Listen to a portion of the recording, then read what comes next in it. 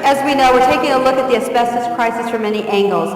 And ADAO was founded to be the voice of the victims. And I want to spend a few minutes now really turning our attention squarely to the victims. Because none of the work that ADAO does is more important than what we do by helping folks who are recently diagnosed or those trying to figure out what treatment they should have. Now, let me tell you, I do understand the challenge, and so does Emily, that we were facing, because when Alan was diagnosed, we faced them too. It was 2003 when mesothelioma hit our family like a perfect storm. We'd never heard of the disease. We thought asbestos had been banned. We couldn't pronounce it. My friends in the back were all nodding. We had no clue what to do. So from a place of total ignorance, fear, grief, we knew somehow we had to educate ourselves and plot a course.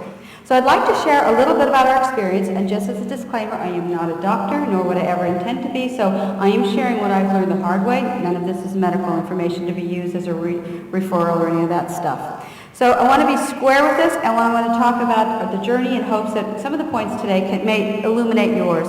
Now, the goal, of course, today in this presentation is to tame the diagnosis and treatment chaos. And I think for the patients in the audience, they're probably going, yeah, chaos, because that's what it feels like for us, not to have the knowledge and the confidence to be able to make these decisions initially. But I want you to think about it right now. The fears of these simple questions: where do I go? What do I do? And can you help me? This is what I hear so frequently. And those are complicated questions, so simple with a few words, but the answers are not simple. So I want to share the coping strategy that our family used, and it's really distilled down to these basic points.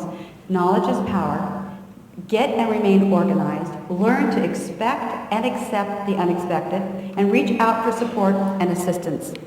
Now, I think if you balance these four ideas, you'll be able to find that the seas are a bit calmer, and that indeed you can go on to finding your treatment and then living your life. It's all about balance. Now, it's important to understand that the public at large, and I don't want to offend any of the doctors in the audience because I'm not speaking to you folks, but the public at large and the general medical community may be as ignorant as the patient with these early warning symptoms. It took Alan 9 months to get a diagnosis. And it becomes the patient's responsibility to drive sometimes their own diagnosis forward. Again, never stop asking questions, and remember that you're the captain of your ship.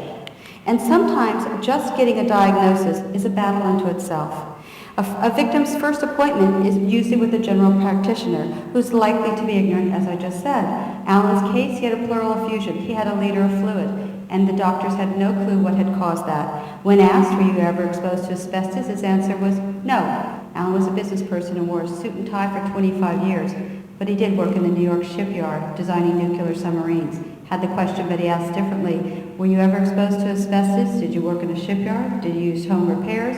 Alan's answer would have been different. So we're trying to do an education on the front side of early warning symptoms and high-risk occupations. Now, I'm not the first to say it, but we all know that knowledge is power, and never more than when you're fighting an asbestos disease. I want you to take time to understand the diagnosis and ask questions.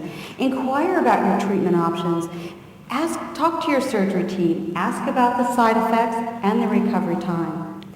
Once your diagnosis has been confirmed, then you have to find out, where do I go? And it takes a tremendous amount of sleuthing to find a doctor or doctors, which is most commonly the case, who are right for you. So those with non-cancerous lung disease need to find a pulmonary specialist, somebody that's very aware and has treated many patients, like someone at the card clinic, like a Dr. Brad Black. When they come in and they look at these films and they quickly, I see Joe nodding in the back. I know Robbie had a hard time just like Alan and many others in the audience. And if you are diagnosed with an asbestos-caused cancer, I encourage you to, what I've learned the hard way, is go to a comprehensive cancer center or a treating or research-based hospital and find that center of excellence that's right for you. This is an easy one. Network, network, network. You need to use all the resources that are available. Healthcare providers, friends, the internet. then you have to distill it down to what's right for you.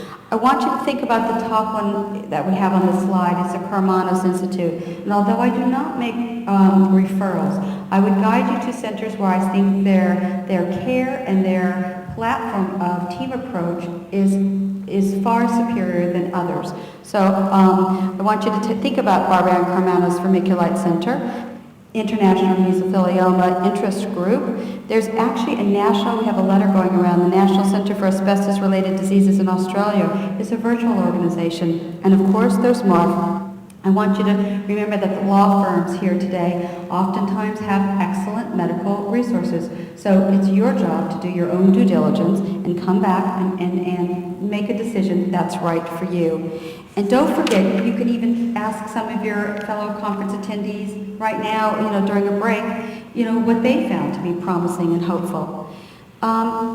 Think about the resources we have online. We've done this is the 5th conference. We have 3 online. You may find some information also at ADAO.us that may also be helpful. So ideally, you want to hear the same referral twice.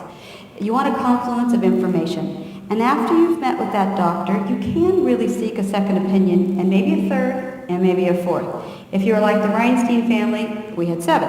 But these appointments can be covered by your medical insurance. I'm not saying they are, but they can be. So it's your job to ask what your coverage is so you understand.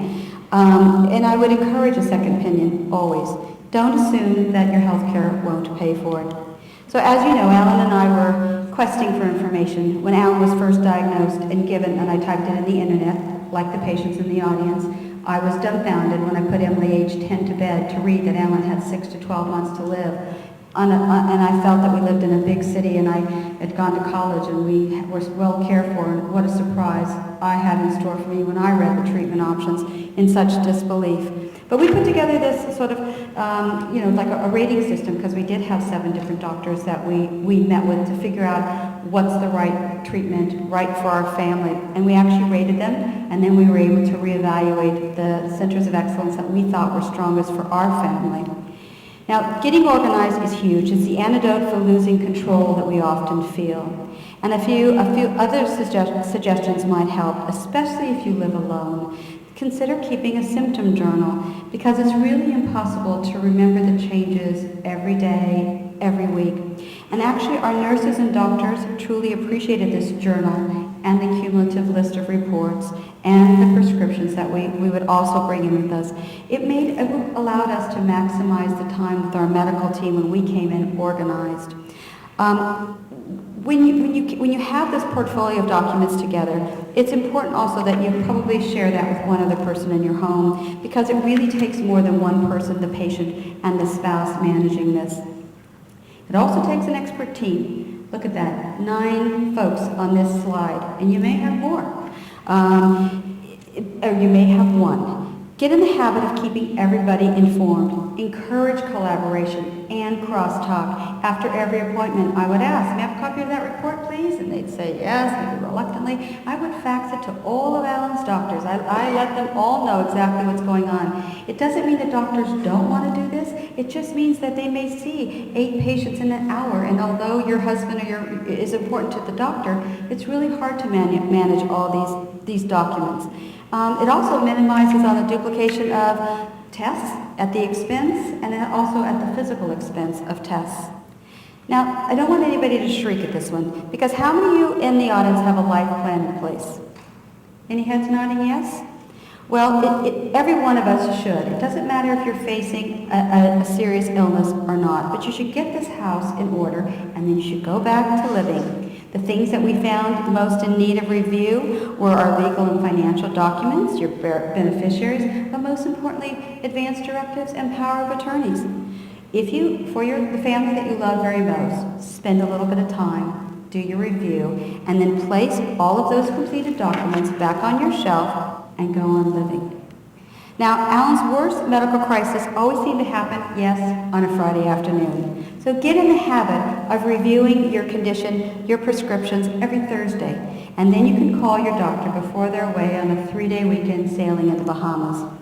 And the next of our guidelines Okay, you all know it, but I'm going to say it. Learn to expect and accept the unexpected.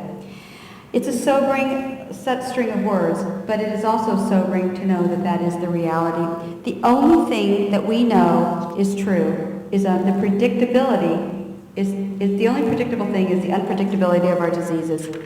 And if you can accept that, you don't have to embrace it lovingly, but just know things will happen.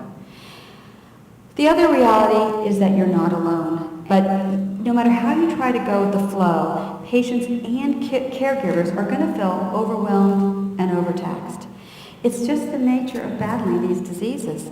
But remember that you're not alone, and your friends and your family want to help, and I would encourage you to let them help. Don't be afraid to ask. Reach out for support. Get a second advocate. And if turning to friends and family don't help to alleviate your stress and anxiety, I encourage you to talk to a professional. Now there's this acronym called QOL. Yes, it means quality of life.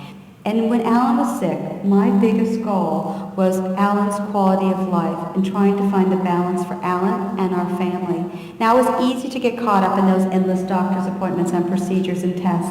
And Emily would go to school and I wouldn't even remember when I left the house when it was dark with Alan. I didn't kiss you goodbye. People took you to school. You go for these treatments and sometimes they're 12 hours worth of treatments and you're gone. So the idea of balancing the treatment that's right for you, that your doctor recommends, and what's right for your family is really important. You've got to focus on living your life. Now I tried to remind myself, and I'm gently reminding you today, to carefully evaluate the risks and the benefits of these treatment options before embarking on them. Now it's a really tricky to find the balance, but once you do, you're going to stand there with no regrets at the treatment that I think you do embrace. I was impressed with Dr. Helen Clayson's presentation, and palliative care is not about giving up. It's about improving quality of life of patients and families from relief of pain and distressing symptoms.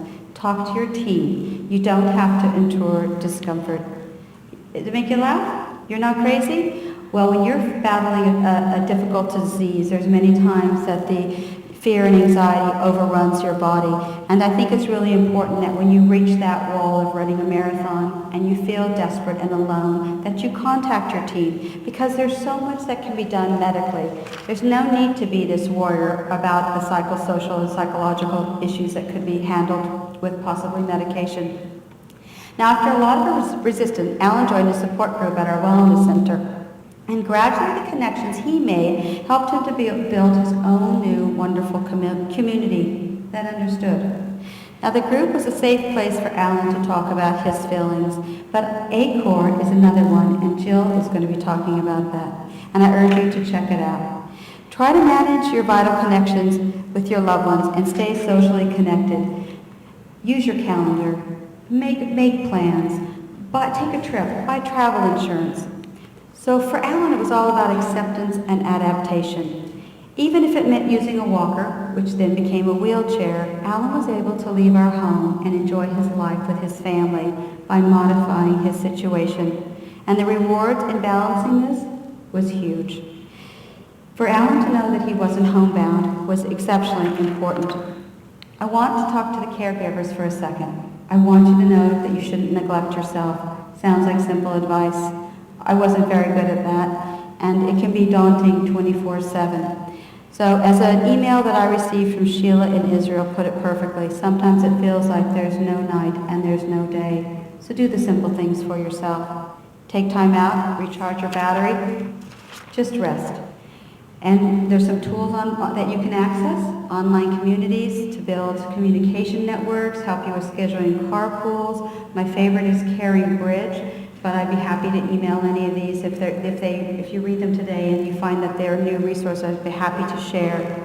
Because in some families, you may not want to communicate all of the daily updates or the weekly trips to your doctors, and you can actually leave a phone message machine that allows you to share that information. And maybe you just want to be private. But I want you to encourage you to live your life. It's all about the choices that are right for you and making those decisions. You'll hear lots of advice along the way, and you'll get lots of advice from others today, but ultimately, you're the captain of your own ship. And I applaud you for joining us this weekend because you've taken an important step to taming the chaos of asbestos disease. And in closing, I leave you with the Reinstein family motto, short and sweet. Live well, love much, and laugh often. And I hope these are words that everyone can live by.